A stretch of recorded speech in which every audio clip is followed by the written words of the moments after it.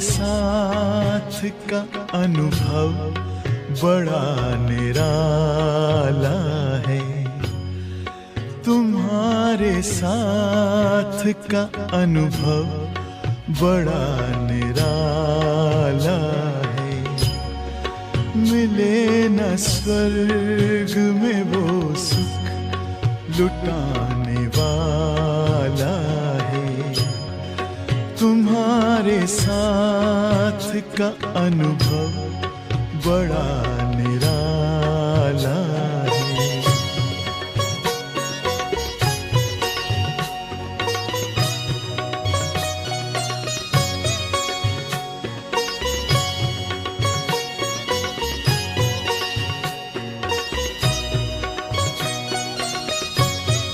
जिसे पाकर न पाना कुछ शेष रह जाए, पाके इतना बाबा अपना दिल अब तो गाए। साथ अपने है जग का जो रखवाला है। तुम्हारे साथ का अनुभव बड़ा निराला है।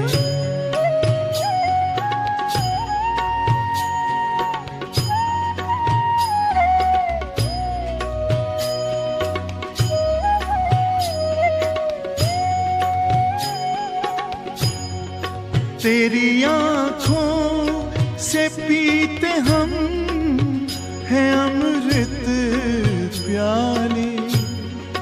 बड़ी जतन से छुपा कर नजर में हो पाले।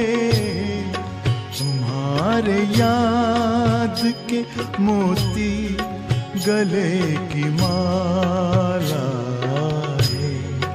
तुम्हारे साथ का अनुभव बड़ा निराला है।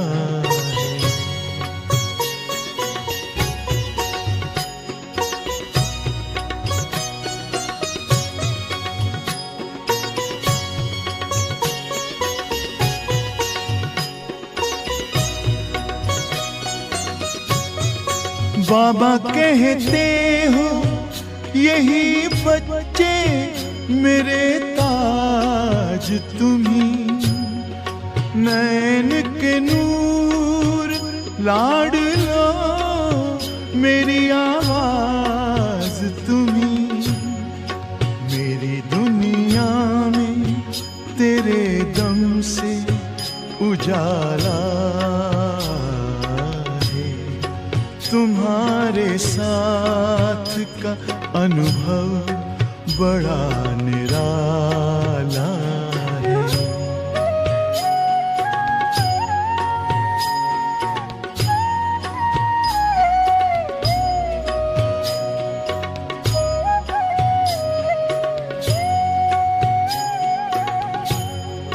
तेरी नजर का असर दिल ने तुम्हें जान लिया।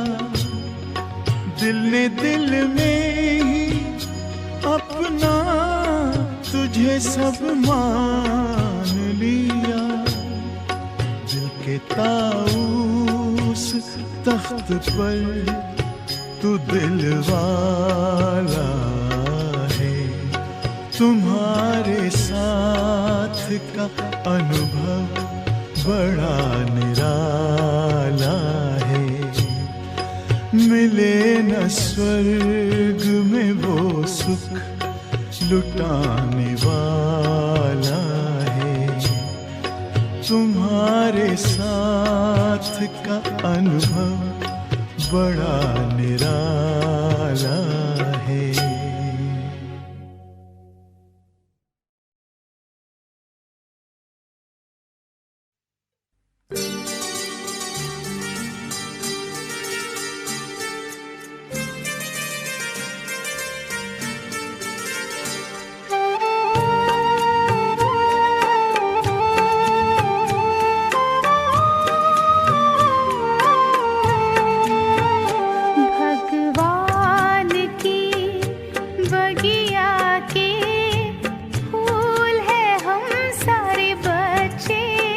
भगवान की बगिया के फूल है हम सारे बच्चे, दिव्य गुणों से महकाते हैं, प्रेम से हम मुस्काते हैं।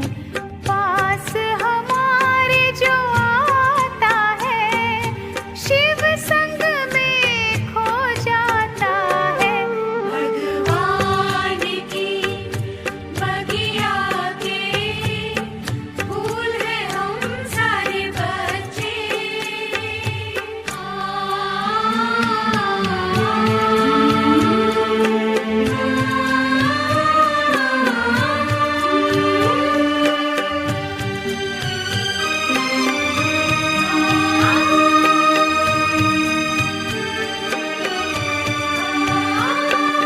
हमारी हर बात निराली भगवान को लगती है प्यारी, रूहानी प्यार देना धर्म हमारा, कल्याण करना कर्म हमारा।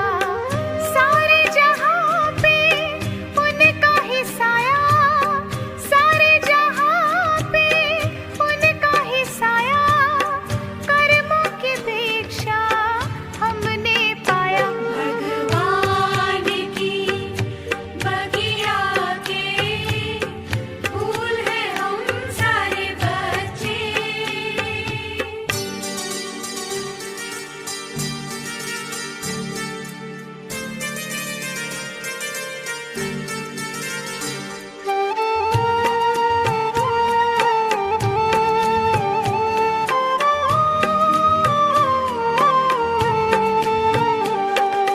संसार को स्वर्ग बनाना धर्म हमारा बनता है, भटके हुओं को राह दिखाना काम ये सबसे अच्छा है।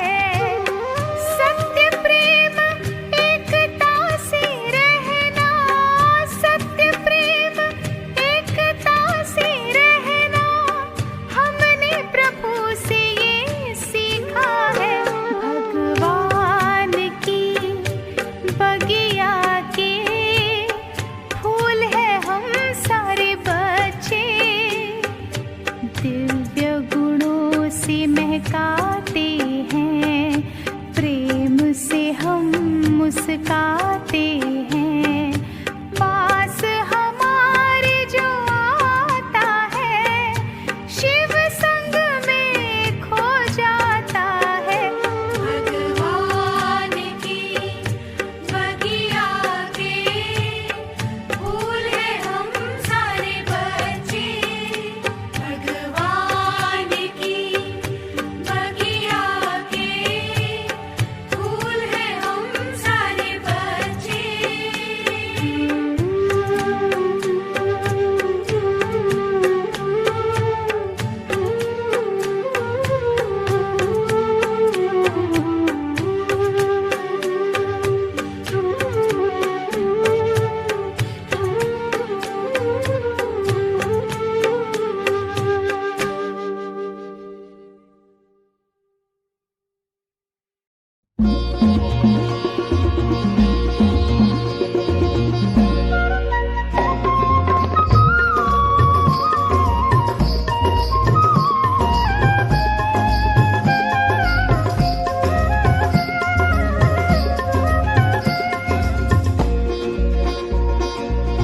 अपने से ऊंचा बनाने वाले बाबा, अपने से आगे बढ़ाने वाले बाबा, अपने से ऊंचा बनाने वाले बाबा, अपने से आगे बढ़ाने वाले बाबा।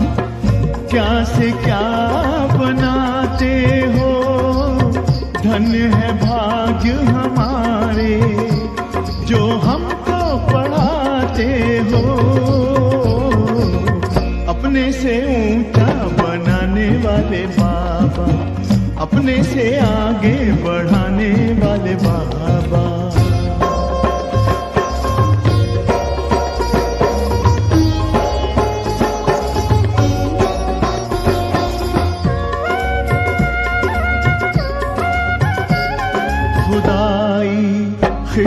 चमत्कार हैं हम जो पाते तेरा प्यार है। सौभाग्यशाली बच्चे हम तेरे गले का हार हैं।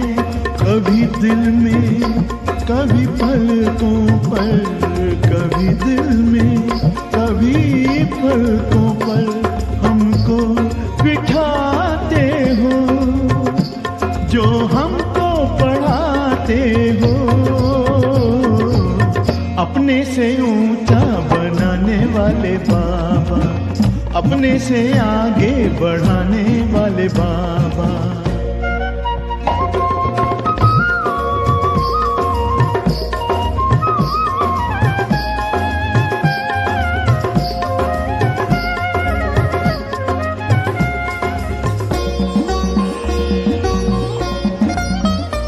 एहसान तुम्हारा बाबा कोई कैसे चुकाएंगे, महिमा तुम्हारी बाबा किन शब्दों में गाएंगे। नित्य शिक्षाओं भरी मुरली सुनाते हो, जो हमको पढ़ाते हो।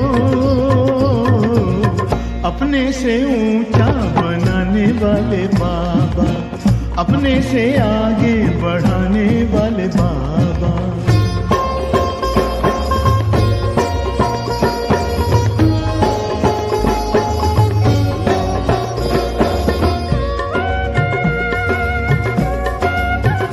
जैसे दिल में तुम्हारे बाबा बच्चों के सिवा और कोई नहीं, वैसे दिल में हमारे बाबा तेरे सिवा और कोई नहीं।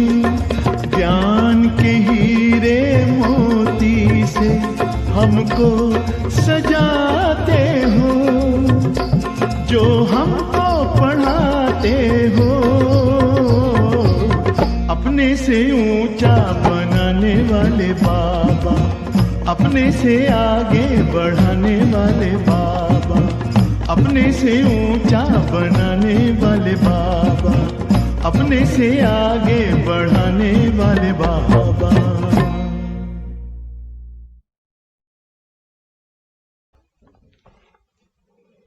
ओम शांति। Good morning.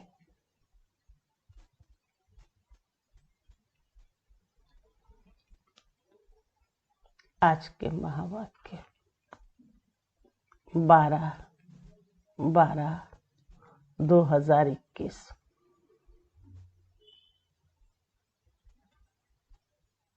अव्यक्त बाप दादा। ये है संगम युग का समागम, मिलन का युग, आत्मा परमात्मा से मिलना। ये सौभाग्यशाली की निशानी है, क्योंकि ये सारे कल्प में हमें प्राप्त नहीं है। इसलिए अपने भाग्य को समझना, जानना और अपने भाग्य को और ही अच्छा बनाना है। तो हम भाग्यशाली, लेकिन भाग्य के साथ पुरुषार्थ भी जुड़ा होता है। ये ब्राह्मण जीवन यूं कहें कि बहुत ही महत्वपूर्ण है, लेकिन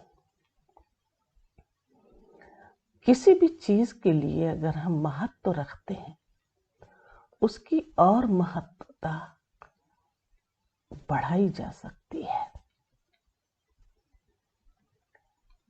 जैसे देखो कि कोई मूर्ति होती है, और उसकी कीमत आंकी जाती है। तो कहते हैं कि इस मूर्ति की कीमत बहुत ज्यादा है।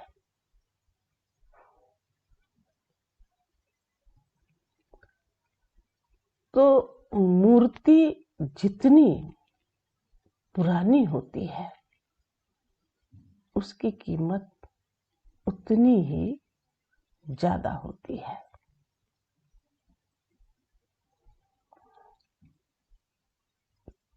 तो हम समझ सकते हैं कि अगर हम भाग्यशाली हैं, भगवान ने मुझे अपना बनाया है, तो उस भाग्य को देखते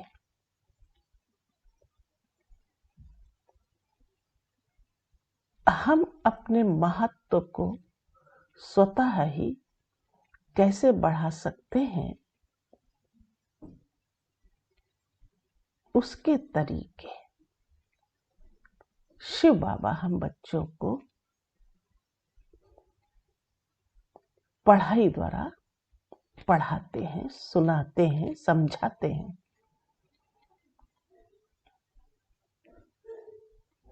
तो बहुत अच्छे शब्द बाबा ने आज की मुरली में दिया है कि योग युक्त और युक्ति युक्त, ये दो बातें हम ब्राह्मण जीवन के लिए बहुत महत्वपूर्ण हैं। और जैसे ही हम इन दो बातों को अपना के अपनी लाइफ में प्रैक्टिकल में लाते हैं, तो हम अपने जीवन का महत्व बढ़ा सकते हैं। है तो हम भाग्यशाली। देखो पिछली मुरली में हम ब्राह्मण जीवन में प्रसन्न कैसे रह सकते हैं। देखिए एक ही पॉइंट है, बाबा कैसे वो समझाते हैं बच्चों को। तो सदा प्रसन्नता की बात बाबा ने सुनाई थी, और बाप भी हम बच्चों से प्रसन्न रहते हैं जब हम स्वयं से भी प्रसन्न हो, दूसरों से भी हो और अपनी सेवाओं से भी हो, तो बाप दादा भी प्रसन्न। लेकिन सदा की भी बात सुनाई थी। तो याद रहना चाहिए ये सब पॉइंट्स। आज बाबा ने युक्ति युक्त ब्राह्मणों के लिए बहुत महत्व रखती है। तो युक्ति युक्त का मतलब हमें उतना ही योग युक्त रहने की आवश्यकता होती है। युक्ति तो दुनिया में भी बहुत है, लेकिन वो युक्ति हमारे देह अभिमान के रूप में चली जाती है। अगर भगवान के पास हम बच्चों की उन्नति के लिए कोई युक्तियां तरीके निकालते हैं, तो उसमें योग की जरूरत होती है। अगर हम योग युक्त होकर के युक्ति युक्त कार्य नहीं करते हैं, तो फिर उसमें हमारा घाटा होता है। समझ सकते हैं ये बात, क्योंकि दो रूप है। एक तो इधर भगवान हम बच्चों को बहुत प्यार से समझाते हैं और बहुत अच्छे अच्छे तरीके देते रहते हैं, और हम उन्हीं तरीकों के आधार पर पहले प्यार से, बहुत प्यार से शिव बाबा को याद करके फिर हम कर्म कर्तव्य में आते हैं, तब सफलता मिल जाती है।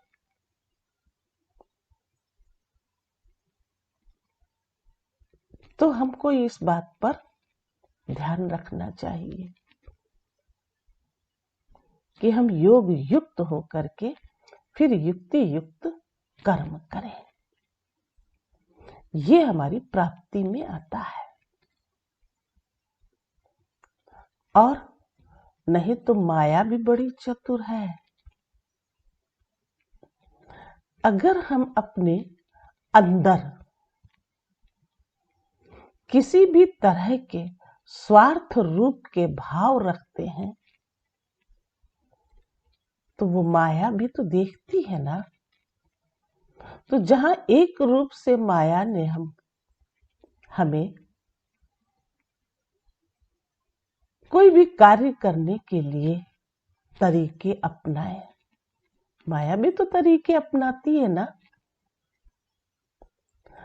क्योंकि हमने बाबा को याद नहीं किया, योग नहीं किया, देह अभिमान में आकर के हमने कुछ ऐसे तरीके निकाले जिससे कि फिर माया का रूप बन जाता है। फिर वो माया 5 रूपों में होती है ना, वो धीरे धीरे प्रवेश करती है। और नहीं 5 रूप होते हैं तो कोई न कोई उनके छोटे छोटे रूप भी होते ना, वो भी तो प्रवेश कर जाते हैं। तो हमें इन सब बातों का ध्यान रखते हुए माया से बच के चलना है। माया हमारे ऊपर कभी भी हावी ना हो। तो आज के महावाक्य सुनेंगे जो बाबा ने बड़ी युक्ति युक्त बात सुनाई। और खास याद है कि पिछली मुरली में भी टीचर्स के लिए बाबा ने इशारे दिए थे और आज भी बाबा ने टीचर्स के लिए विशेष कुछ बातें ऐसी दी हैं जो हमें तरीके से अपना के अपने जीवन को बहुत सुंदर रूप दे करके सेवा भाव रख करके आगे बढ़ते चलना चाहिए। तो आज के महावाक्य हैं योग युक्त युक्ति युक्त बनने की युक्ति। योग युक्त युक्ति युक्त बनने की युक्ति। आज बाप दादा अपने सर्व बच्चों में से विशेष 2 प्रकार के बच्चे देख रहे हैं। एक है सदा योग युक्त और हर कर्म में युक्ति युक्त। दूसरे योगी हैं लेकिन सदा योग युक्त नहीं है और सदा हर कर्म में स्वतः युक्ति युक्त नहीं है। मनसा व बोल कर्म तीनों में से कभी किसमें युक्ति युक्त नहीं है। कभी किसमें माना युक्ति युक्त नहीं है। वैसे ब्राह्मण जीवन अर्थात स्वतः योग युक्त और सदा युक्ति युक्त। ब्राह्मण जीवन की अलौकिकता व विशेषता व न्यारा और प्यारापन यही है कि योग युक्त और युक्ति युक्त इन दोनों शब्दों को बाबा ने अंडरलाइन, यूं कहें इन्वर्टेड कॉमर्स में बंद, 2 शब्द अलग अलग, एक योग युक्त और दूसरा युक्ति युक्त। ये ब्राह्मण जीवन के लिए बहुत जरूरी है, बहुत जरूरी। अलौकिकता है ना, तो जीवन ही हमारा अलौकिक है। तो अलौकिकता से हम कोई भी कर्म करेंगे, है ना, तो वो हम सफल हो जाएंगे। लेकिन कोई बच्चे इस विशेषता में सहज और नेचुरल चल रहे हैं और कोई अटेंशन भी रखते हैं। फिर भी सदा दोनों बातों का अनुभव नहीं कर सकते। इसका कारण क्या? नॉलेज तो सभी को है और लक्ष्य भी सभी का एक ही है। नॉलेज भी सभी को है और लक्ष्य भी सभी का एक ही है। फिर भी कोई लक्ष्य के आधार से इन दोनों लक्ष्य अर्थात योग युक्त युक्ति युक्त स्थिति की अनुभूति के समीप है और कोई कभी फास्ट पुरुषार्थ से समीप आते लेकिन कभी समीप और कभी चलते चलते कोई न कोई कारणवश रुक जाते हैं। इसलिए सदा लक्षण समीप अनुभूति नहीं करते। इसलिए सदा लक्षण के समीप अनुभूति नहीं करते। सर्व ब्राह्मण आत्माओं में से इस श्रेष्ठ लक्ष्य तक नंबर 1 समीप कौन? माना बाबा ने सब ब्राह्मणों के लिए ये बात रखी कि श्रेष्ठ लक्ष्य के नंबर 1 करीब मतलब समीप कौन है, पूछा। तो बाबा ने कहा ब्रह्मा बाप। क्या विधि अपनाई जो इस सिद्धि को प्राप्त किया? सदा योग युक्त रहने की सरल विधि है सदा अपने को सारथी और साक्षी समझ चलना। सारथी और साक्षी समझकर चलना, ये 2 शब्द फिर आए। तो 2 शब्दों में ही ये 2 शब्द हैं, एक योग युक्त और युक्ति युक्त के साथ अपने अंदर ये 2 बातें और होनी चाहिए, सारथी और साक्षी समझ चलना। तो सारथी का मतलब इस रथ में विराजमान मैं आत्मा श्रेष्ठ ब्राह्मण। फिर साक्षी हो देखना, ये है युक्ति युक्त स्थिति बनाने की एक विधि। तो साक्षी कभी भी लेप छेप में नहीं आता है, किसी की तरफ वो प्रभावित नहीं होता है। अच्छा है तो अच्छा और खराब है तो अच्छा, एक बहुत अच्छा उसका दृष्टिकोण होता है आंतरिक रूप में, और वो एक निर्लिप्त अवस्था जैसी होती है ना, वो किसी के उसमें बहकावे में मतलब बहुत अच्छे गुण होते हैं साक्षीपन की स्थिति में स्थित रहने वाले के।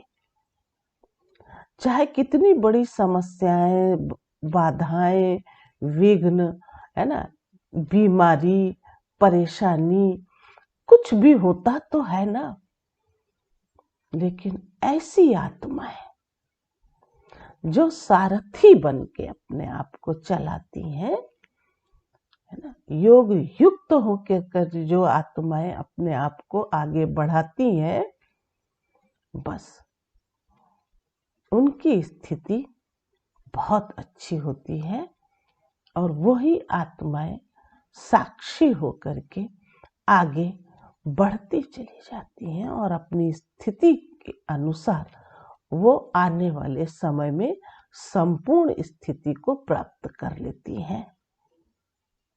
ये विशेषता होती है।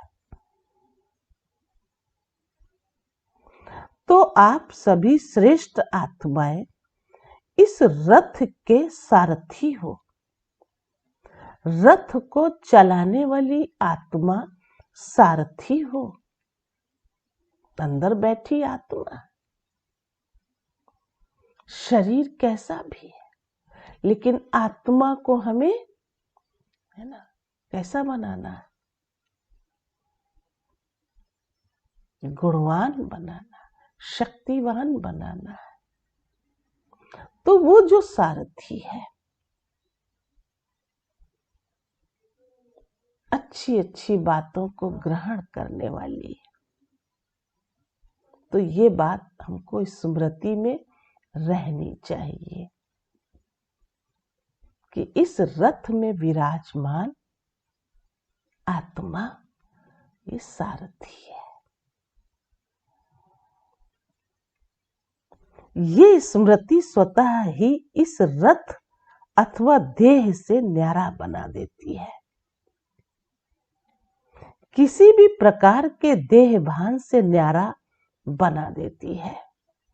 किसी भी प्रकार के देह भान से न्यारा बना देती है। देह भान नहीं तो सहज योग युक्त बन जाते हैं और हर कर्म में योग युक्त, युक्ति युक्त स्वतः ही हो जाते हैं।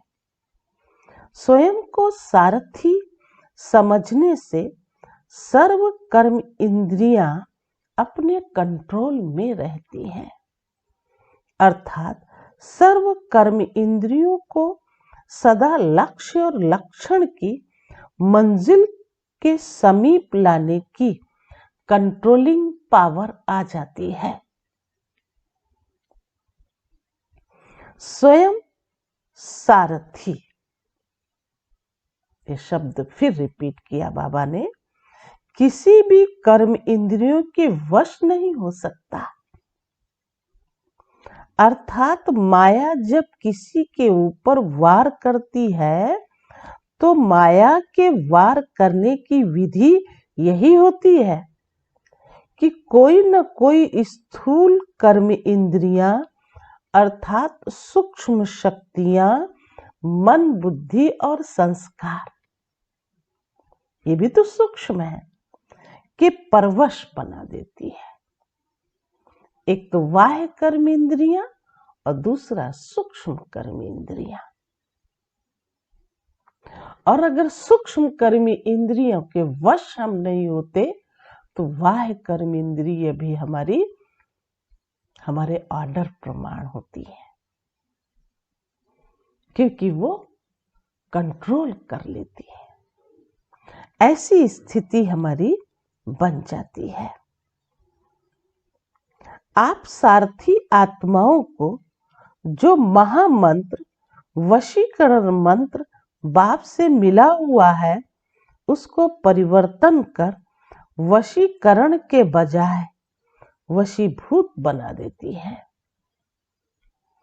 और एक बात में भी वशीभूत हुए तो सभी भूत हो जाते हैं।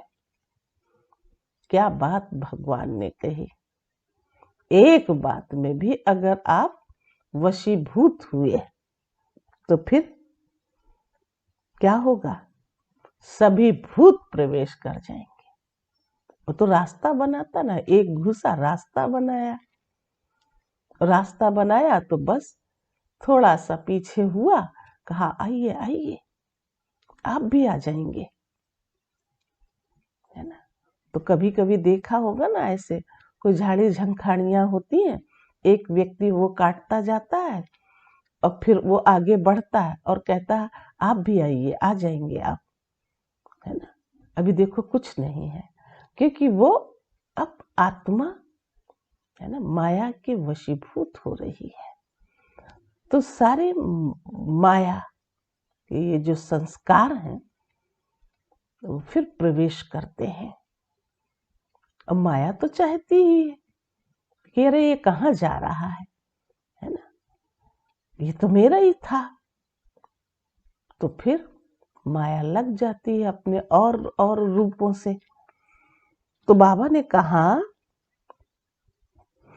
एक भूत आया तो वो सभी का आवाहन करेगा, क्योंकि इन भूतों की भी आपस में बहुत यूनिटी है। फिर क्या होता है, ये भूत सारथी से स्वार्थी बना देते हैं, सारथी से स्वार्थी बना देते हैं, और ये ब्राह्मण जीवन में बिल्कुल नहीं होना चाहिए। लेकिन ये जीवन लौकिक भी तो है, अलौकिक भी तो है। तो ऐसा भी नहीं कि आप ब्राह्मण जीवन को तो आप ऐसे रखेंगे और लौकिक में आप कहेंगे कि तो हमें ऐसे ही करना होगा। लेकिन ब्राह्मण सदैव न्यारा और प्यारा रहता है। तो लौकिकता से ही तो हम अलौकिकता में आते हैं, है ना। तो लौकिकता को ही हम अलौकिक रूप दें। ऐसे नहीं कि लौकिक है ना, तो हमको लौकिक जैसा करना। अरे ये जीवन भी तो पहले हमारी लौकिक ही थी, विकारों के वशीभूत थे। तो विकारों के वशीभूत होके हमें कोई भी अभी कर्म, है ना, नहीं करना है, नहीं करना। इसके लिए दृढ़ संकल्प लेने चाहिए, है ना। हम स्वयं से किसी भी विकारों के वशीभूत नहीं हो, ये हमारा अटेंशन रहना ही रहना है। क्योंकि बाबा ने माया की बात सुनाई है और आप वो स्वार्थी बना देती है। फिर धीरे से सारथी के बजाय स्वार्थी बन जाती है ना। है तो आत्मा, लेकिन आत्मा के जो संस्कार हैं, न्यारे और प्यारेपन के जो बाबा ने हमें दिए हुए वो संस्कार, जरा सा भी भूले तो सारथीपन की स्टेज से नीचे आ गए। मैं आत्मा हूं, ये भूल देह भान में आना। फिर वो धीरे धीरे स्वार्थी ही बन जाता है, विकारों के वशीभूत हो जाता, कर्मी इंद्रियों के वशीभूत हो जाता, अपनी सूक्ष्म कर्मी इंद्रियों के भी जाल में वो आ ही जाती है। वो सारथी फंस गया। इसलिए इन सब से न्यारा होकर के हमें चलना है। ये हमारी अपनी अलौकिक जीवन है। जब सारथीपन की स्मृति में आते हो तो भूतों को भगाने की युद्ध करते हो। युद्ध की स्थिति को योग युक्त स्थिति नहीं कहेंगे। इसलिए योग युक्त व युक्ति युक्त मंजिल के समीप जाने के बजाय रुक जाते हो और पहला नंबर स्थिति से दूसरे नंबर में आ जाते हो। सारथी अर्थात वश होने वाले नहीं, लेकिन वश कर चलने वाले। तो आप सब कौन हो? सारथी हो ना। सारथी अर्थात सारथी अर्थात आत्म अभिमानी, क्योंकि आत्मा ही सारथी है। ब्रह्मा बाप ने इस विधि से नंबर 1 की सिद्धि प्राप्त की, इसलिए बाप भी इसका सारथी बना। बाप, शिव बाप इसका सारथी बना। सारथी बनने का यादगार बाप ने करके दिखाया। फॉलो फादर करो। सारथी बन सदा सारथी जीवन में अति न्यारी और प्यारी स्थिति का अनुभव कराया।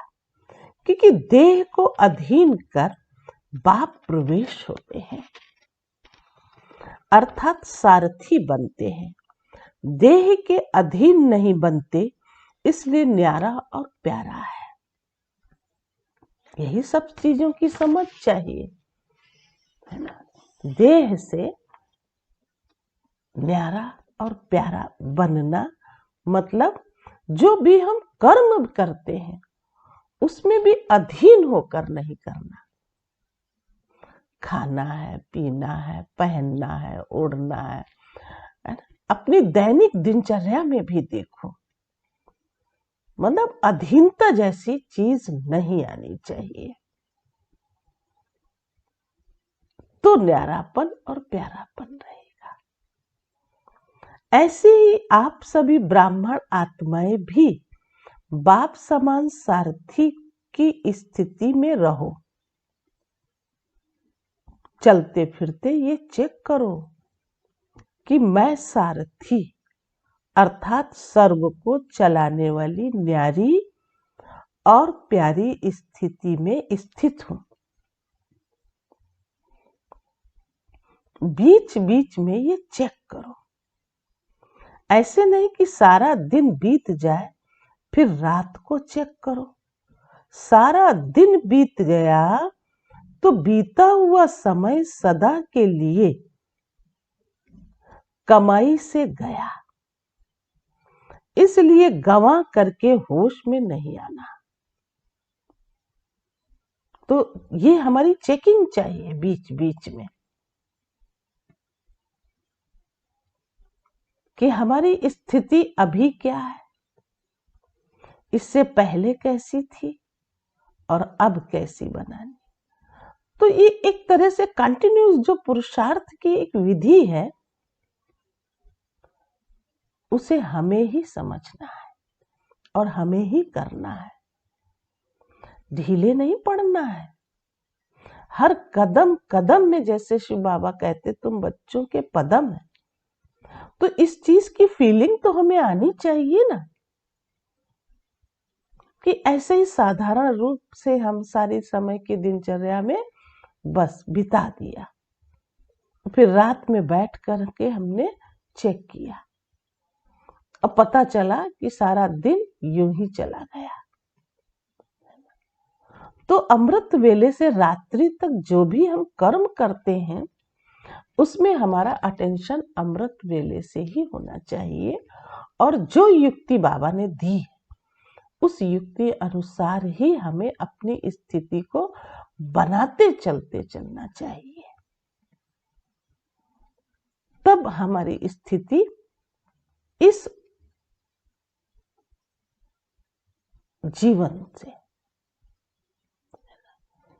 जीवन से माना जो हमारा ब्राह्मण जीवन है, बहुत अच्छी बन सकती है और ऊंची बन सकती है, क्योंकि कर्म किया और बस शांत, ऐसी स्थिति हमें अपनी बनानी है। तो इसमें आता है न्यारा और प्यारापन। तो बाबा ने कहा, सारा दिन बीत गया तो बीता हुआ समय सदा के लिए कमाई से गया, इसलिए गंवा करके होश में नहीं आना। ये स्वतः नेचुरल संस्कार बनाओ। कौन सा? चेकिंग का। जैसे किसी के कोई पुराने संस्कार इस ब्राह्मण जीवन में अभी भी आगे बढ़ने में विघ्न रूप बन जाते हैं। तो कहते हैं ना कि न चाहते भी संस्कारों के वश हो जाते हैं। जो नहीं करना चाहते हो वो कर लेते हो। जब उल्टे संस्कार न चाहते कोई भी कर्म करा लेते हैं, तो ये नेचुरल चेकिंग का शुद्ध संस्कार अपना नहीं सकते हो। बिना मेहनत के चेकिंग के शुद्ध संस्कार स्वतः ही कार्य कराते हैं। बिना मेहनत के चेकिंग के शुद्ध संस्कार स्वतः ही कार्य कराते हैं। तो हमारी स्थिति कैसी होनी चाहिए? नेचुरल चेकिंग का संस्कार होना चाहिए, है ना?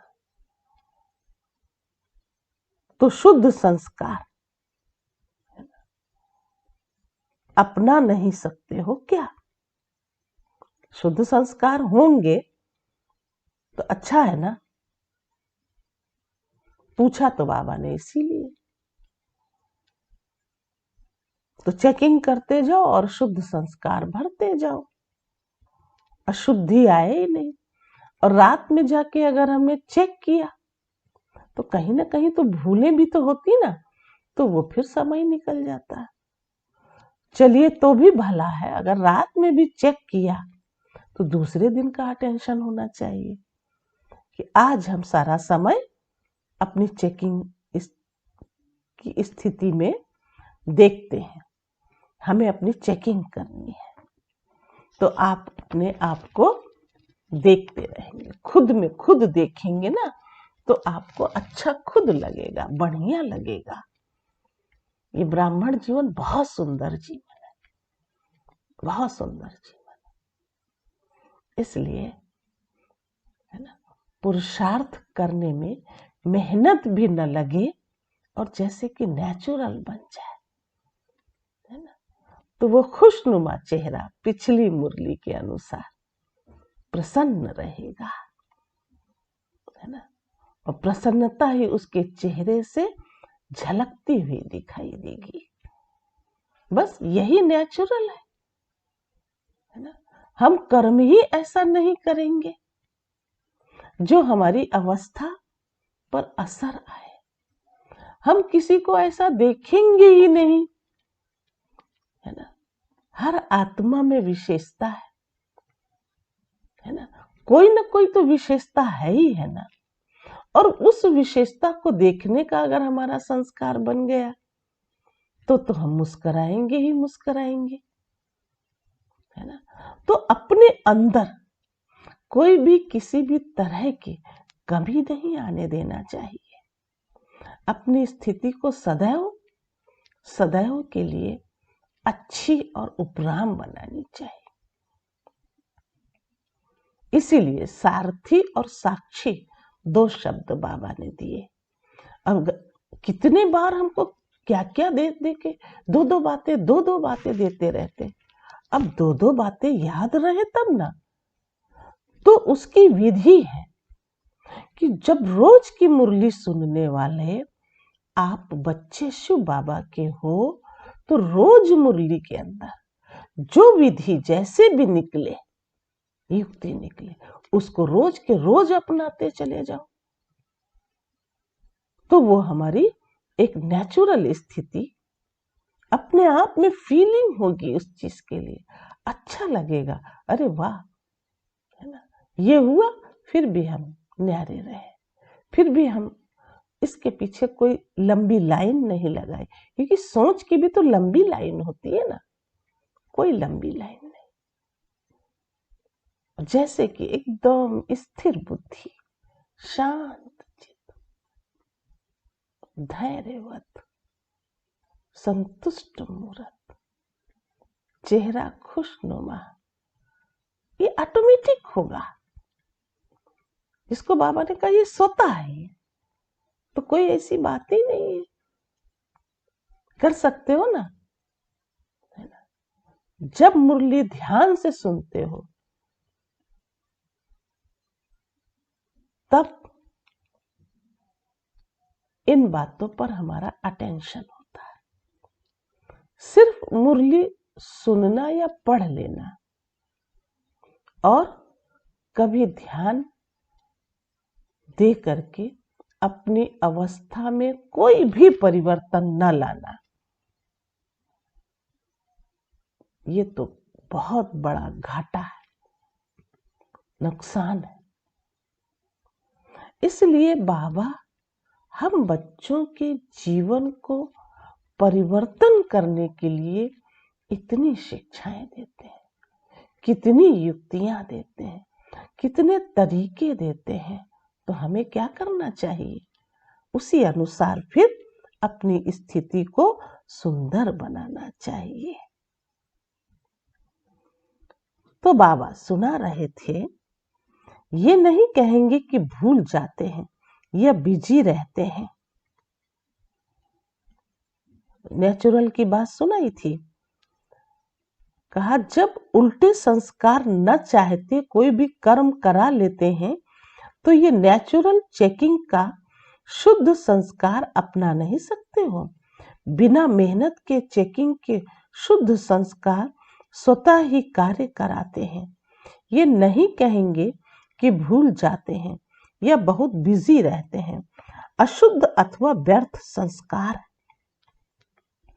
कई बच्चों में अशुद्ध संस्कार नहीं तो व्यर्थ संस्कार भी है।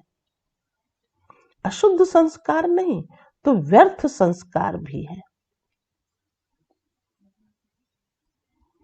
ये अशुद्ध व्यर्थ संस्कार भुलाते भी नहीं भूल सकते हो, और यही कहते हो कि मेरा भाव नहीं था, लेकिन मेरा ये पुराना स्वभाव है, वह संस्कार है। तो अशुद्ध नहीं भूलता, फिर शुद्ध संस्कार कैसे भूल जाता है? तो सारथीपन की स्थिति स्वतः ही स्व उन्नति के शुद्ध संस्कार इमर्ज करती है, और नेचुरल समय प्रमाण सहज चेकिंग होती रहेगी। अशुद्ध आदत से मजबूर हो जाते हो और इस आदत से मजबूत हो जाएंगे। तो सुना, सदा नेचुरल योग युक्त युक्ति युक्त रहने की विधि क्या हुई? सारथी बन चलना। सभी सारथी स्वतः ही साक्षी हो, कुछ भी करेंगे, देखेंगे और सुनेंगे। साक्षी बन देखेंगे, सोचेंगे, करने सब में सब कुछ करते भी निर्लेप रहेंगे। उनके ऊपर किसी का किसी भी तरह का प्रभाव नहीं आएगा, अर्थात माया के लेप से न्यारे रहेंगे। माया के लेप से, है ना? ऐसे नहीं। ये तो हमारी एक व्यवहारिक कलाएं होती हैं कि किसी ने बहुत अच्छा काम किया, भले हम उसके कार्य में कोई प्रभाव की बात नहीं है, लेकिन उसको और आगे बढ़ाने के लिए, है ना, उसकी थोड़ी अगर हम महिमा करते हैं तो उसका हृदय कितना गदगद होता है, कितना खुश होता है ना? तो ऐसे भी तो हम करते हैं ना, करना चाहिए, ये युक्ति युक्त है। बाकी उसको कभी भी किसी के तरह देह के रूप में देख करके फिर प्रभावित होना, ये रॉन्ग है ना? इसलिए बाबा ने दिव्य और अलौकिक दृष्टि दे करके ऐसी आत्माओं की महिमा के योग्य जो बनती हैं, उनके लिए हमें क्या करना होता है? थैंक्स तो देते हैं ना। कभी ऐसा नहीं करना कि हमें प्रभावित नहीं होना है तो हम एकदम बस गुम हो जाए। अरे कुछ एक्शन भी तो ऐसे करने होते हैं जो हमें देख के दूसरी आत्माएं भी तो खुश हो। अरे किसी ने बहुत अच्छे काम किए तो हमें खुशी होनी चाहिए इस चीज के लिए। इसमें एक न्यारा और प्यारापन की तो कोई बात ही नहीं है कि नहीं हमको न्यारा और प्यारापन, खुशी ये भी तो हमको अपने अंदर भरनी है ना। और हम कहीं उसका वर्णन भी कर सकते हैं, उस आत्मा ने कितना अच्छा, है ना, उसके अंदर कितने अच्छे संस्कार है, लेकिन डिटैच होके। ऐसा ना हो कि बस उसके प्रभाव में हम प्रभावित हो जाए, तो वो धीरे धीरे, है ना, माया का एक रॉयल रूप बन जाता है और माया ही अपनी तरफ खींच लेती है। फिर हमारा बुद्धि योग जो एक भगवान के साथ प्रैक्टिकल में होना चाहिए, वो धीरे धीरे, है ना, समाप्त होने लगता है और देह की तरफ, इंसानों की तरफ, व्यक्ति की तरफ बढ़ने लगता है। इसमें हम बहुत होशियार बुद्धि चाहिए, क्योंकि बाबा ने जो बात सुनाई ना, सारथी स्वतः ही साक्षी हो, कुछ भी करेंगे, देखेंगे, सुनेंगे, साक्षी बन देखने, सोचने, करने में सब कुछ करते भी निर्लेप रहेंगे, अर्थात माया के लेप से न्यारे रहेंगे। तो पाठ पक्का किया ना, ब्रह्मा बाप को फॉलो करने वाले हो ना। ब्रह्मा बाप से बहुत प्यार है ना। प्यार की निशानी है समान बनना। प्यार की निशानी है समान बनना, अर्थात फॉलो करना। अर्थात फॉलो करना। कितनी सुंदर बातें बाबा ने सुनाई। कितना सुन करके और अंदर अंदर लगता है कि हमारी धारणाओं में ये सब आ रही हैं बातें। धारणाओं में सिर्फ सुनना और फिर उड़ा देना, ये हमारी धारणाओं में कभी भी नहीं आएंगी। इसलिए कितनी अच्छी युक्तियां दी शिव बाबा ने, कितने प्यार से बच्चों को समझाया। और विशेष आज बाबा ने सारे दिन की चेकिंग के लिए कहा। जैसे समझो अभी हम मुरली सुन रहे हैं, हम सुना रहे हैं, तो सुनाने वाला भी है ना कहाँ बैठा है? बाप दादा ने बिठाया है। उसके आंतरिक स्थिति में कितना अंदर अंदर मन गदगद हो रहा। कोई वशीभूत नहीं है कि हम बहुत अच्छा सुना रहे हैं, नहीं, इस बात का दे अभिमान नहीं, लेकिन इस बात का है ना अंदर गर्व होता है, खुशी होती है कि बाबा हमारे से कैसे है ना ये कार्य करा रहे हैं। तो जब हमारे अंदरूनी संकल्प श्रेष्ठ होंगे, अच्छे होंगे, तो फिर हमारी स्थिति भी उपराम होगी, किसी का लेप छेप नहीं होगा। इसलिए कहा प्यार की निशानी है समान बनना, अर्थात फॉलो करना। इस बात में सदा खुश रहना और अपनी स्थिति को सदैव देखते रहना, चेक करते रहना। और ऐसे चेकिंग जब हमारी हो जाती है तो फिर कभी भी धोखा नहीं खा सकते। बहुत अच्छी स्थिति बन जाती है, बहुत अच्छी, एक नेचुरल रूप में जो बाबा कह रहे हैं वो हो जाती है।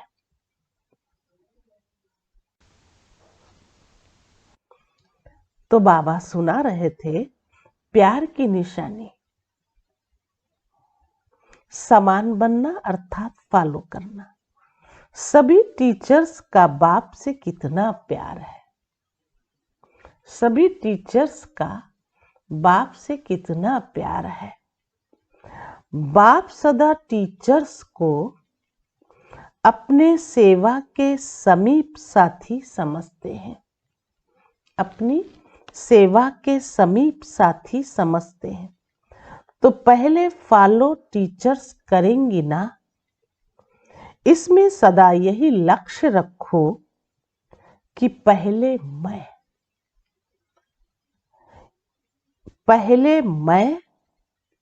क्या, पहले मैं में क्या जानते हो? अब टीचर्स ही बताएगी कि पहले मैं में क्या। बाबा ने सुनाया पहले फॉलो टीचर्स करेंगी ना, इसमें सदा यही लक्ष्य रखो कि पहले मैं फॉलो करने में।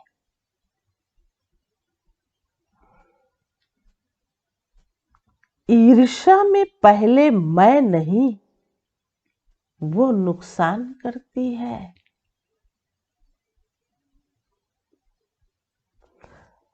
शब्द वही है, पहले मैं, लेकिन एक है ईर्ष्यावश पहले मैं।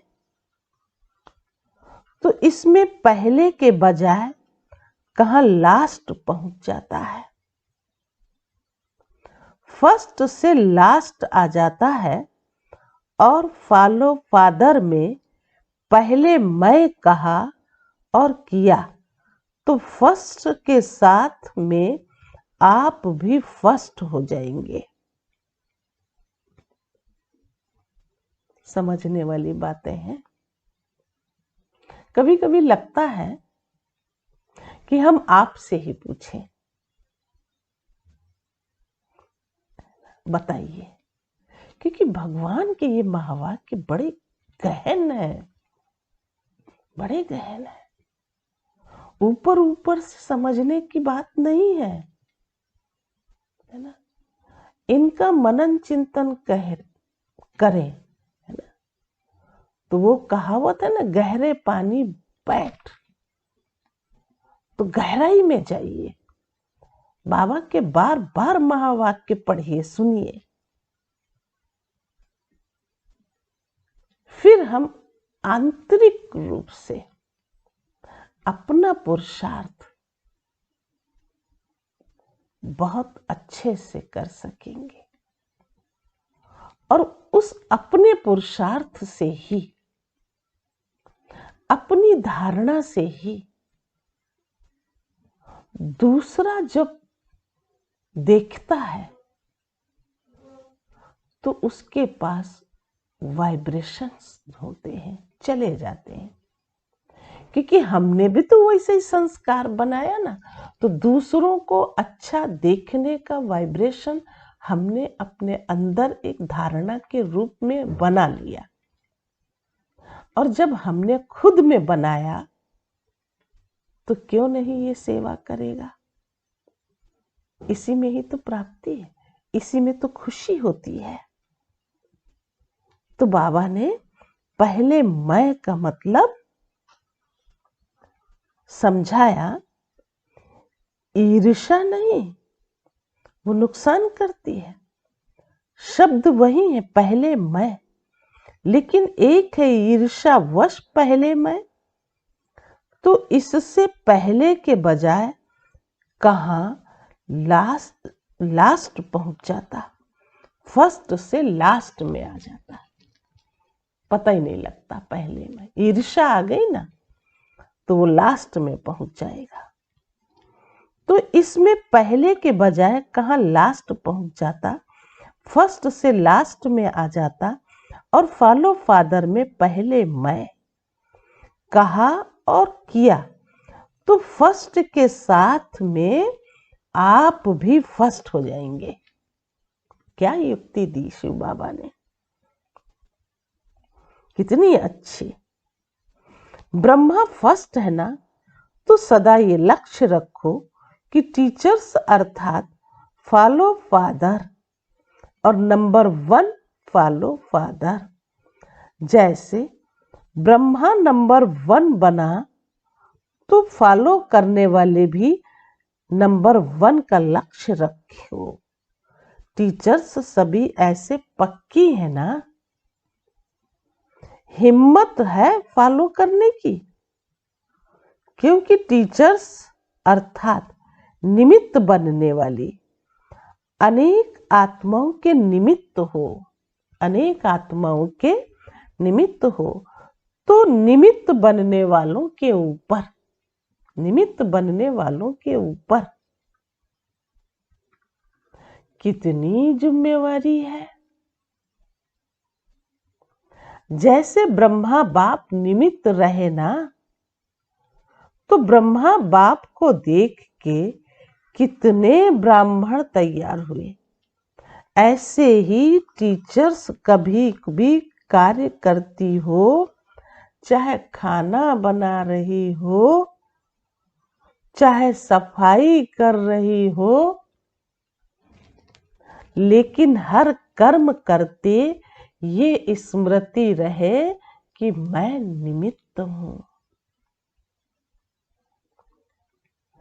अनेक आत्माओं के प्रति तो जो और जैसा मैं करूंगी, मुझ निमित्त आत्मा को देख और भी करेंगे।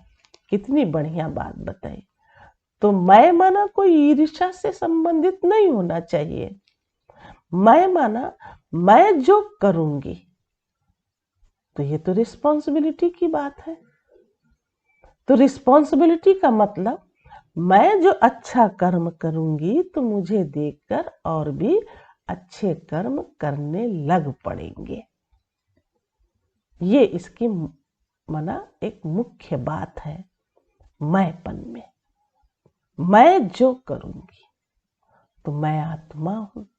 आत्मा समझ के, सारथी समझ के हम हर कर्म को अच्छे रूप से, शुद्ध रूप में करेंगे तो क्यों नहीं हमारी स्थिति भी बनेगी और दूसरे की भी बन जाएगी। अनेक आत्माओं के प्रति जो और जैसा मैं करूंगी, मुझ निमित्त आत्मा को देख और भी करेंगे।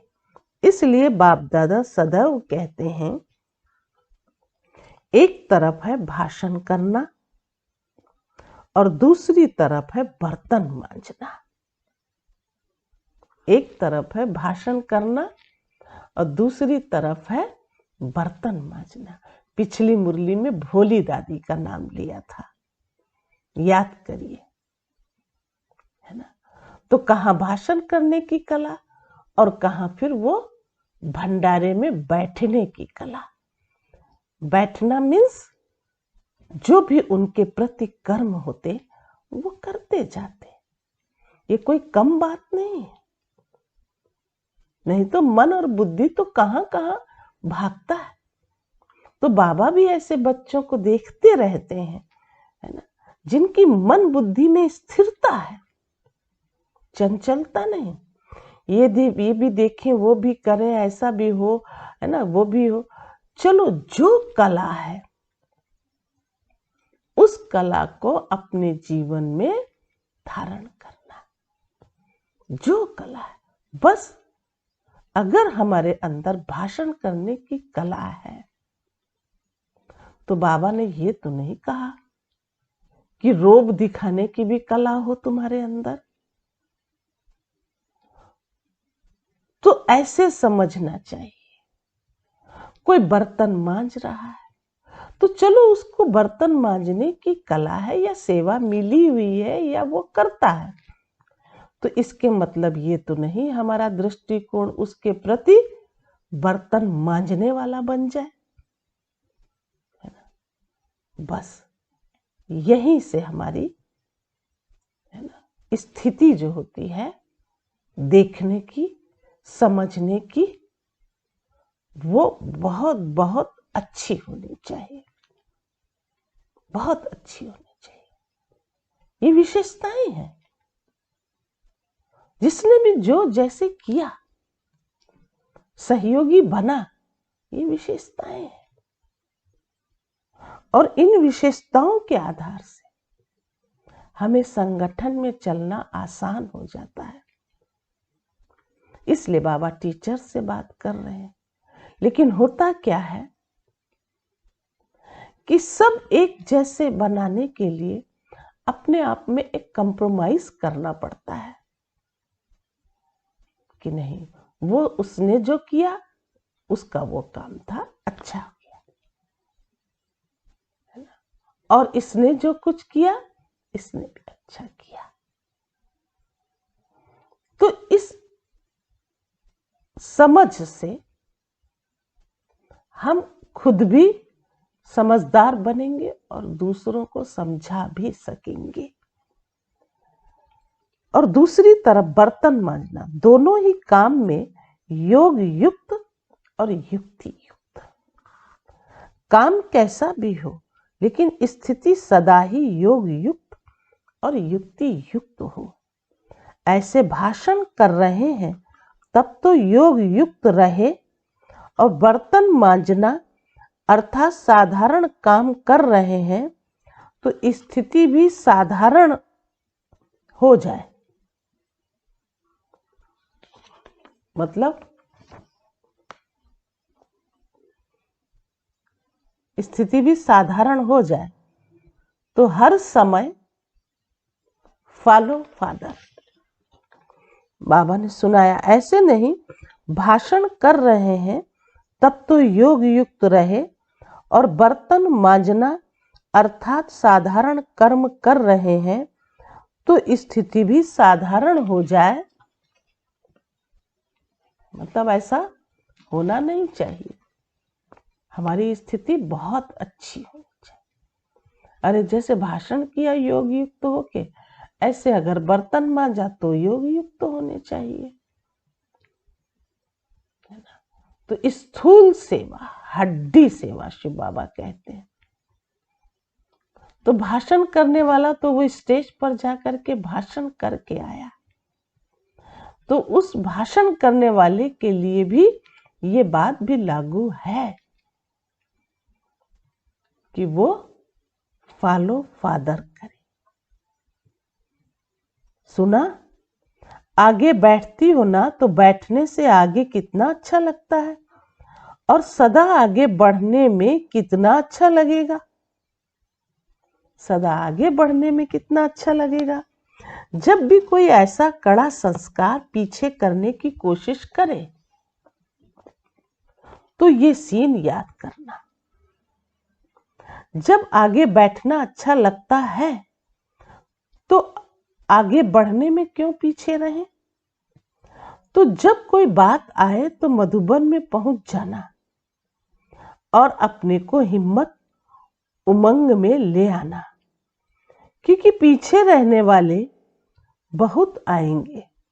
पीछे मतलब पीछे रहने वाले तो बहुत आएंगे पीछे।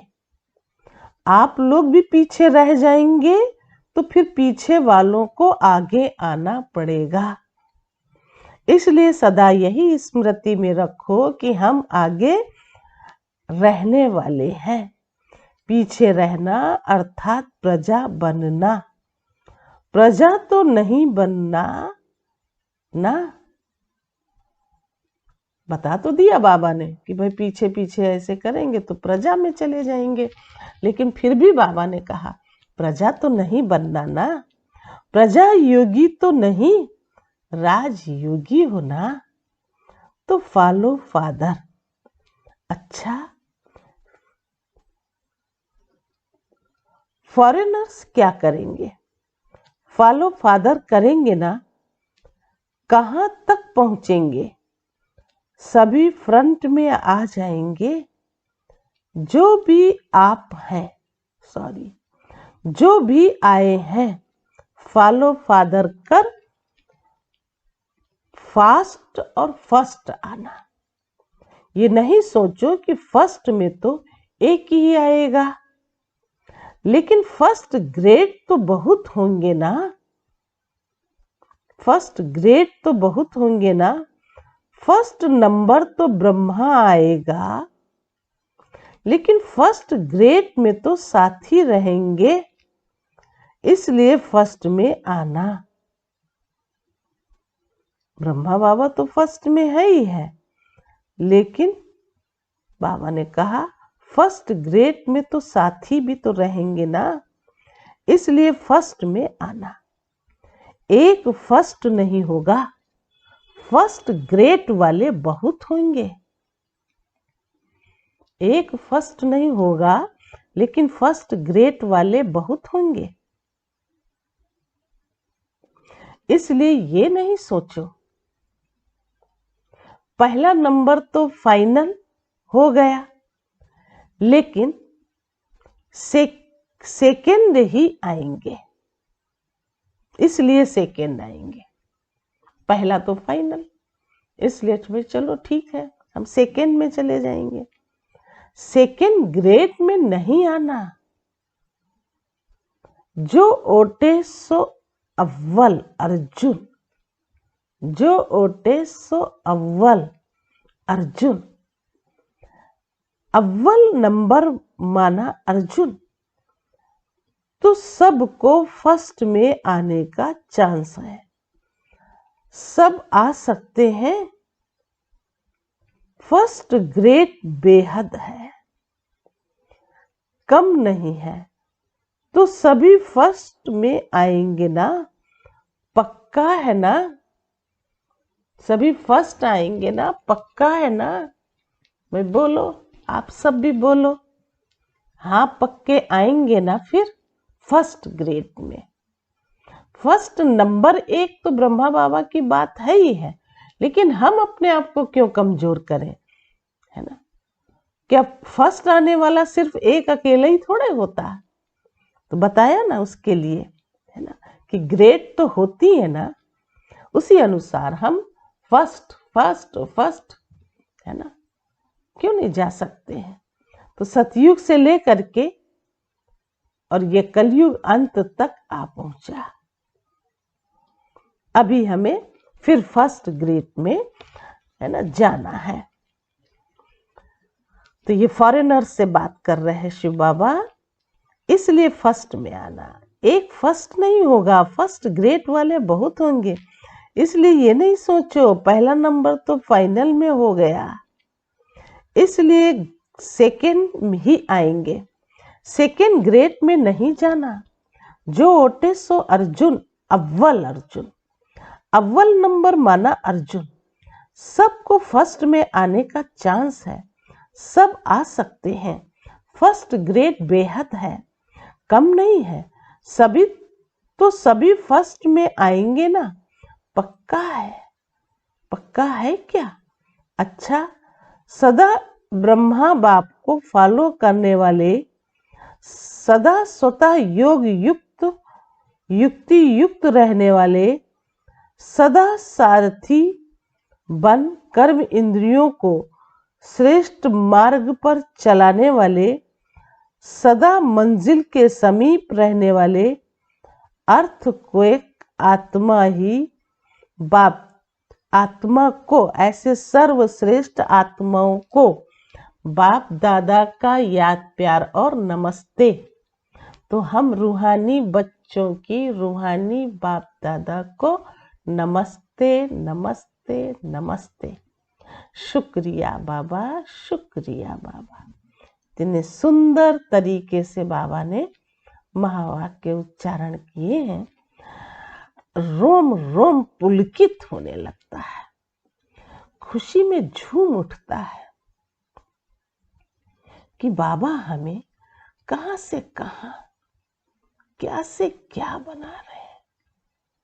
जो सारी दुनिया में देखो कोई भी इस बात को समझ नहीं पा रहा, उसमें हम इकलौते रूप में अर्जुन की बात सुनाई ना, कितने भाग्यशाली है ना, कितने सौभाग्यशाली, कितने पद्मा पदम भाग्यशाली है।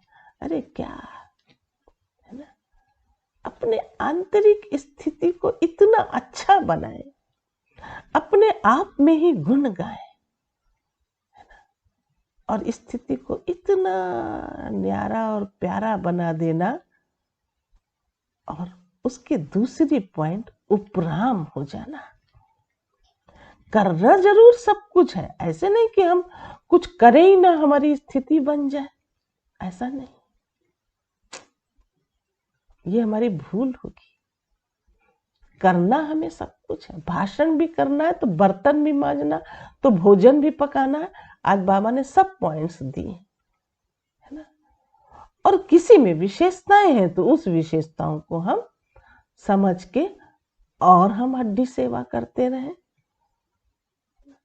ऐसे हमारी स्थिति अपने आप में बन जाएगी। समझा?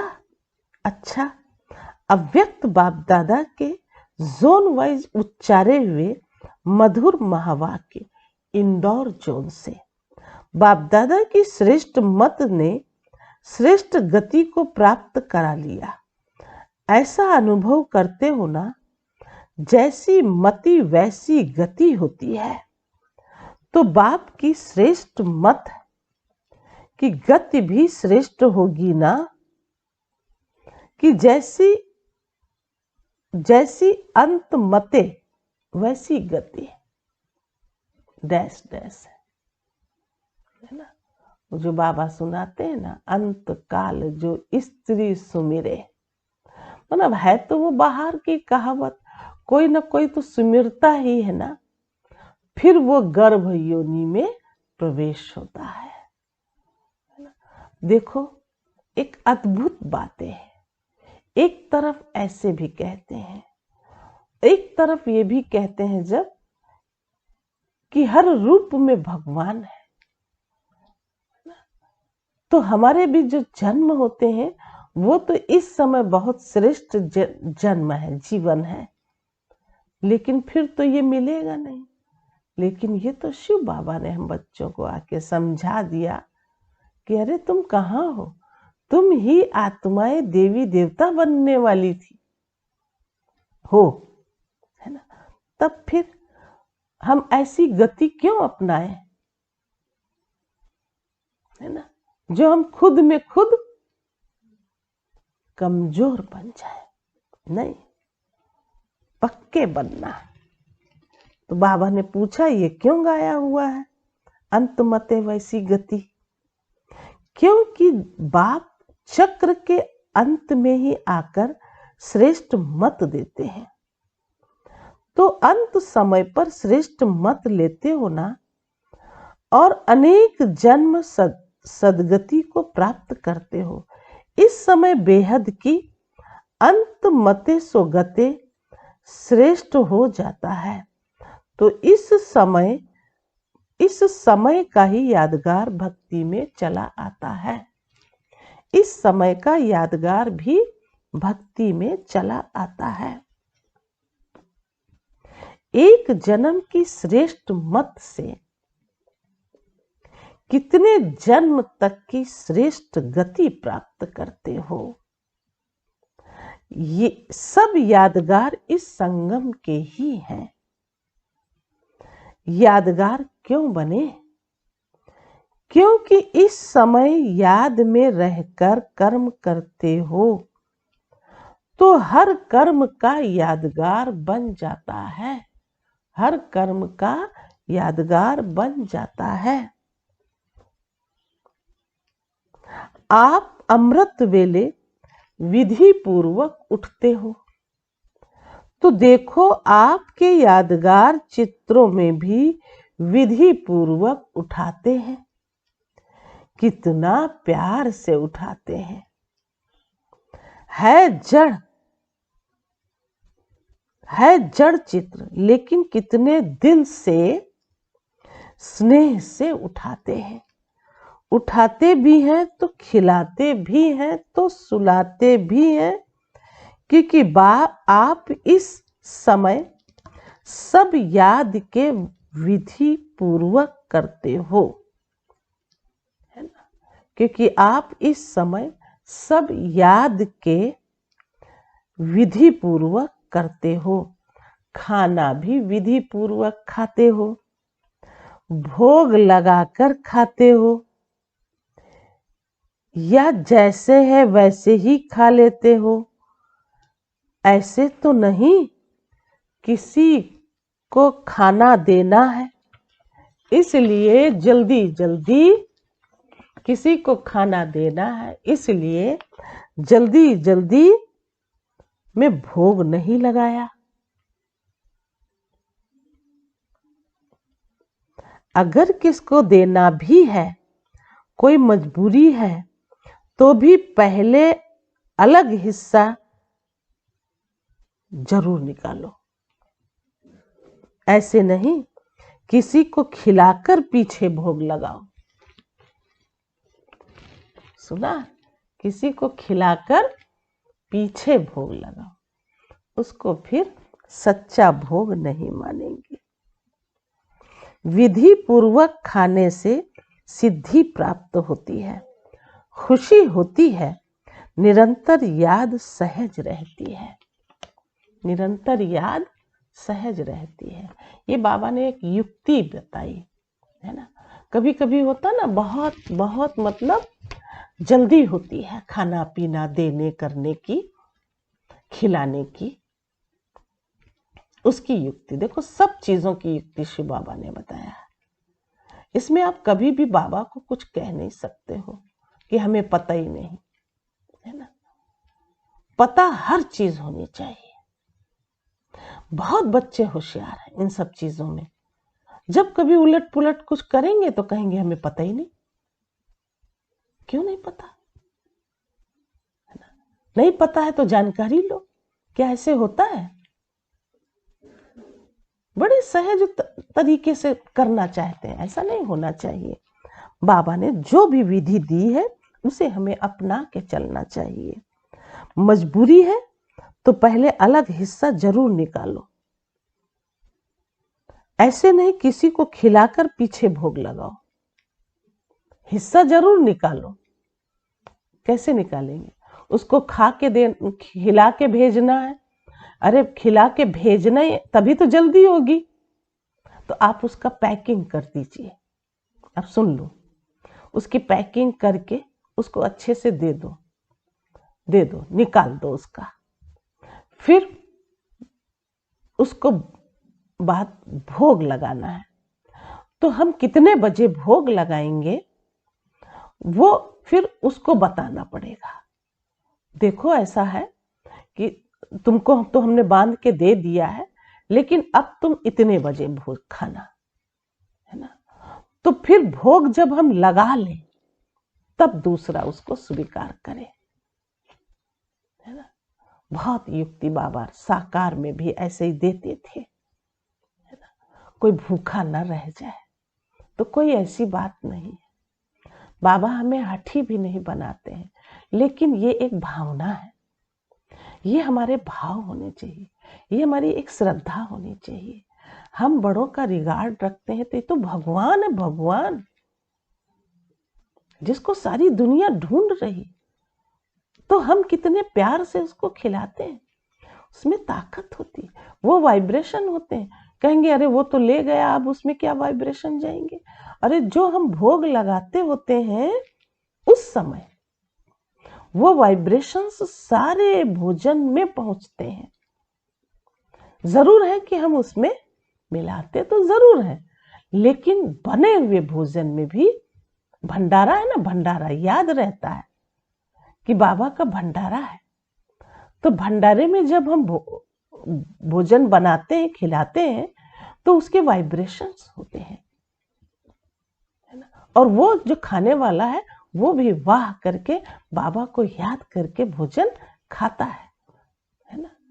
तो बस शुद्धता है, खुशी है और काम दोनों निकल गए। खुशी होती है, निरंतर याद सहज रहती है। तो अमृत वेले से लेकर रात तक जो कर्म करो याद के विधि पूर्वक करो, तब हर कर्म की सिद्धि मिलेगी। अर्थात सिद्धि अर्थात प्रत्यक्ष फल प्राप्त होता रहेगा। सबसे बड़े से बड़ी सिद्धि है प्रत्यक्ष फल के रूप में अतीन्द्रिय सुख की अनुभूति करना होता है। सदा सुख की लहरों में, खुशी के लहरों में लहराते रहेंगे। पहले प्रत्यक्ष फल मिलता है, फिर भविष्य फल मिलता है। इस समय का प्रत्यक्ष फल अनेक जन्मों के फल से श्रेष्ठ है। अगर अभी प्रत्यक्ष फल नहीं खाया तो सारे कल्प में भी प्रत्यक्ष फल नहीं मिलेगा, कभी भी प्रत्यक्ष फल नहीं मिलेगा। अभी अभी किया और अभी अभी मिला, इसको कहते हैं प्रत्यक्ष फल। सतयुग में भी जो फल मिलेगा वो इस जन्म का मिलेगा, दूसरे जन्म का नहीं। लेकिन यहां जो मिलता है वो प्रत्यक्ष फल अर्थात अच्छा लगता है ना। वो प्रत्यक्ष फल अर्थात अभी अभी का फल है। तो प्रत्यक्ष फल से वंचित नहीं रहना, सदा फल खाते रहना। ये प्रत्यक्ष फल अच्छा लगता है ना। ऐसा कभी भाग्य में सोचा था क्या भगवान द्वारा फल मिलेगा? ये तो स्वप्न में भी नहीं था। तो जो बात ख्याल ख्वाब में भी नहीं हो और वो हो जाए तो कितनी खुशी होती है। आजकल की अल्पकाल की लॉटरी आती है तो भी कितनी खुशी होती है, और ये प्रत्यक्ष फल तो भविष्य फल हो जाता है। तो नशा रहता है ना, कभी कम कभी ज्यादा तो नहीं, सदा एक रस स्थिति में उड़ते चलो। सेकंड में उड़ना सीख गए हो ना, या ज्यादा समय लगता है? संकल्प किया और पहुंचे। इतनी फास्ट गति है क्या? बहुत अच्छी बातें हैं, चिंतन करके अपने अंदर धारण कर लो, धारण कर लो। 1 सेकेंड में उड़ जाओ। बस कोई बात आई भी, फिर भी बाबा के पास चले तो हम एकदम हल्के हल्के खुश। इंदौर जोन वाले सभी संतुष्ट हो ना? माताएं सदा संतुष्ट हो क्या? कभी परिवार में भी लौकिक द्वारा असंतुष्ट तो नहीं होती? अब यहाँ आते हैं तो कहते हैं हाँ खुश है, संतुष्ट है, लेकिन लौकिक में रहते हो ना, तो फिर लौकिक में भी तो असंतुष्टता नहीं होनी चाहिए। पूछा बाबा ने, कभी तंग होती हो क्या? कभी चंचल बच्चों से तंग होती हो क्या? तंग कभी नहीं होना। जितना आप तंग होंगे उतना वो ज्यादा तंग करेंगे। इसलिए ट्रस्टी बनकर, सेवाधारी बनकर सेवा करो। मेरापन आता है तो तंग होते हो। मेरा बच्चा और ऐसे करता है, तो जहां मेरापन होता है वहां तंग होते हो, और जहां तेरा तेरा आया तो तैरने लगते हो। तो तैरने वाले हो, सदा तेरा माना स्वमान में रहना। मेरा मेरा कहना, अभिमान आना। तो तेरा तेरा मानना, अपना स्वमान में, तेरा तेरा मानना, माना स्वमान में रहना। तो सदा स्वमान में रहने वाले अर्थात तेरा मानने वाले, यही याद रखना। अच्छा, डबल फॉरेनर्स भी सिकीलिधे हैं। डबल फॉरेनर्स भी सिकीलिधे हैं, थोड़े हैं। कितनी खुशी रहती है, उसका वर्णन कर सकते हो क्या? देखो आ गई वही पॉइंट। अरे वर्णन करो, हम किस हिसाब से कैसे खुश रहते हैं, अपने आप में ही वर्णन कर लो। तो बेहद का बाप, तो प्राप्ति भी बेहद की, इसलिए हद की गिनती कर नहीं सकते। हद की गिनती कर नहीं सकते।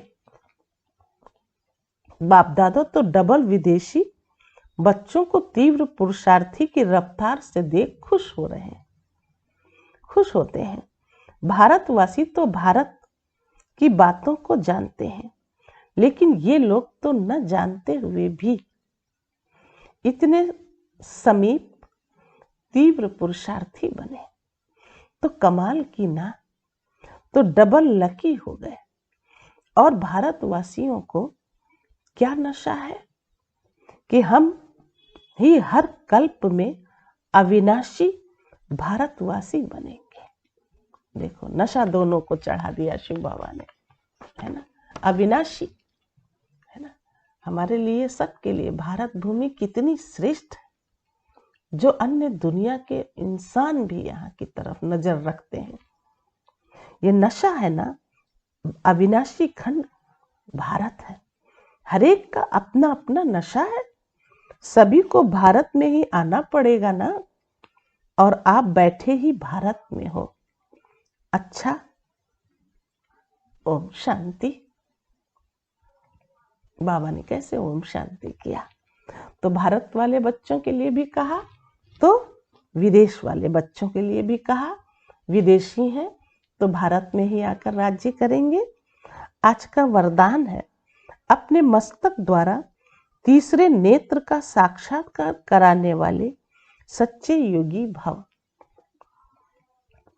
यादगार में योगी के मस्तक पर तीसरा नेत्र दिखाते हैं।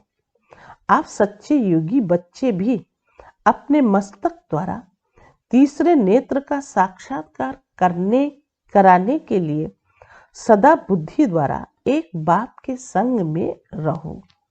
एक बाप, दूसरे हम, तीसरा ना कोई, है ना।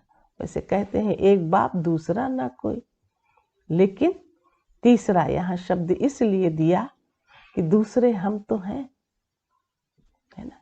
एक बाप, दूसरे हम, और तीसरा ना कोई।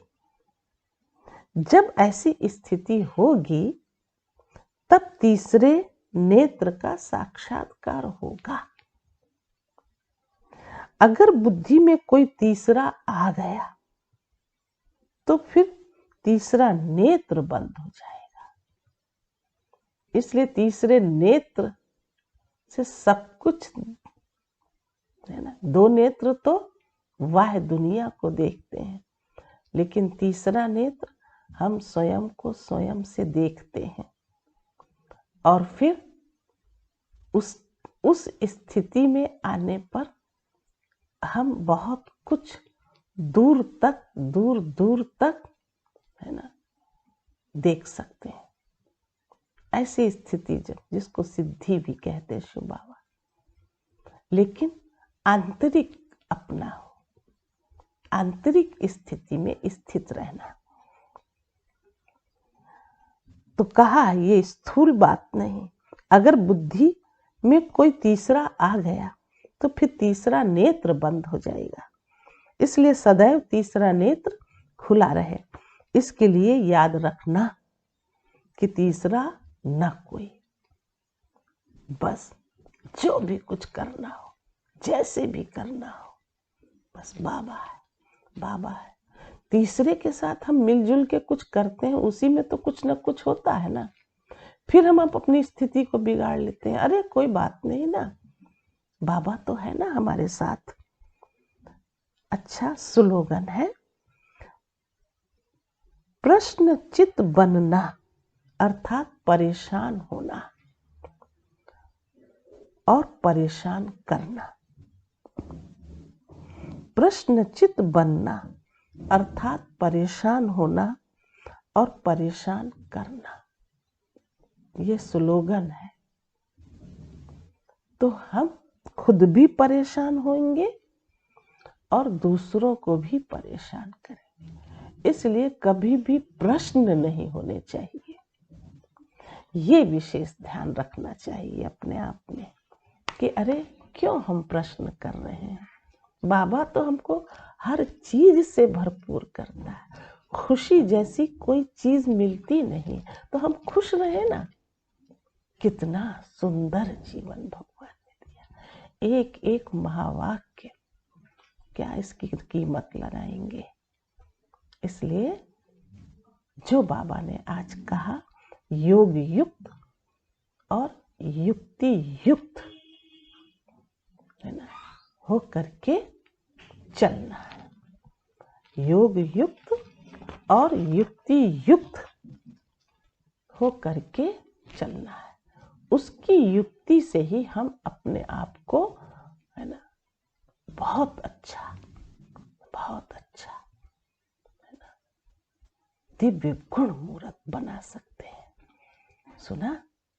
अच्छा, ओम शांति, ओम शांति।